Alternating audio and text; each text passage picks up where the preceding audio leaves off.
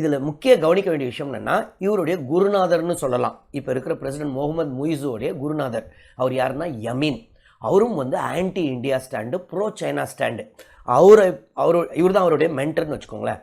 அவர் இதற்கு முன்னாடி பிரசிடெண்ட்டாக இருந்தப்போ கூட அவர் கூட இந்தியாவுக்கிட்ட ஃபஸ்ட்டு வந்துட்டு அதற்கு அப்புறம் தான் மற்ற நாடுகளுக்கு போனார். ஆனால் இவர் ஃபஸ்ட்டு டர்க்கிக்கு போகிறாருங்க.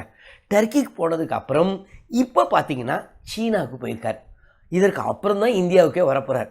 ஸோ இது ஒரு கிளியர் கட் இது என்னென்னா, எனக்கு இனிமேல் இந்தியா வேண்டாம்ன்ற மாதிரி ஒரு ஸ்டான்ஸில் தான் போகிறார். ஏன் நமக்கு இது பாதிப்பை உண்டு பண்ணும் அப்படின்னு பார்த்தீங்கன்னா, ஏற்கனவே நான் ஒரு வீடியோவில் சொல்லியிருக்கேன், மால்டோஸோடைய குரூஷியல் பொசிஷனுங்க. அது பார்த்தீங்கன்னா நம்மளுடைய சதர்ன் இதில் இருக்குது. ஒருவேளை பின்னாளில் இந்தியாவுக்கும் சீனாவுக்கும் ஒருவேளை ஒரு போர் வந்தால்